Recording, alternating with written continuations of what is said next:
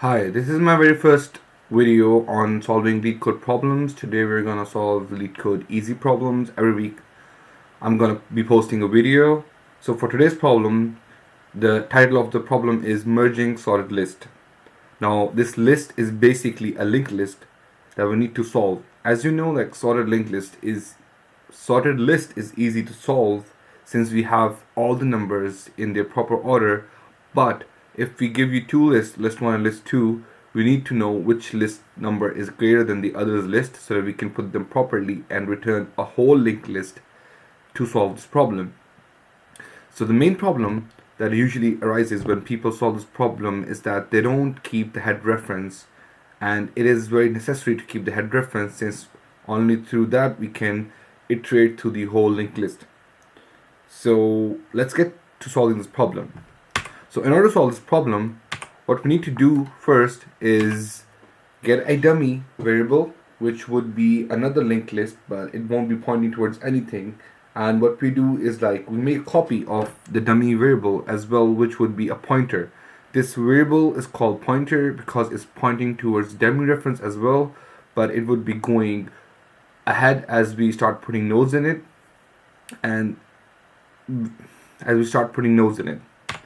So let's get on to it.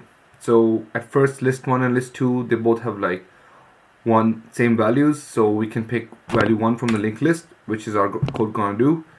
As you can see, it just picked value 1, and as soon as it picks value 1, we need to move the list 1 to list.next because we need list to move forward so we can take out 1, and if we take out 1, then we might lose the reference to 2, so we need to move list 1.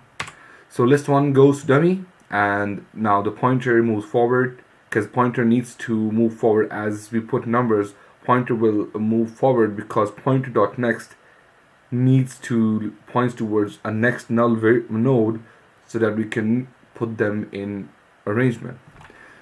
So this whole process is going on in a while loop, and as this process is gonna keep picking up numbers, moving list ahead, and as you can see, the value 1 from list 2 moved ahead, and then this process goes on until unless one of the values goes to null.